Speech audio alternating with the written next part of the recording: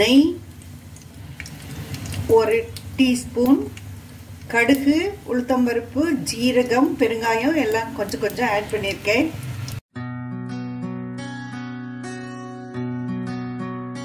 ஒரு table spoon பருப்பு குக்கர்ல வேக வச்சு எடுத்து சேர்த்திருக்கேன். அண்ட் பழுத்த மிளகா தொக்கு இந்த ஸ்பூன்ல 2 ஸ்பூன் சேர்க்கிறேன். 2 மினிட்ஸ்ல ஒரு டேஸ்டியான தால் ரெடி. கொத்தமல்லி தூவி அலங்கரிக்கலாம்.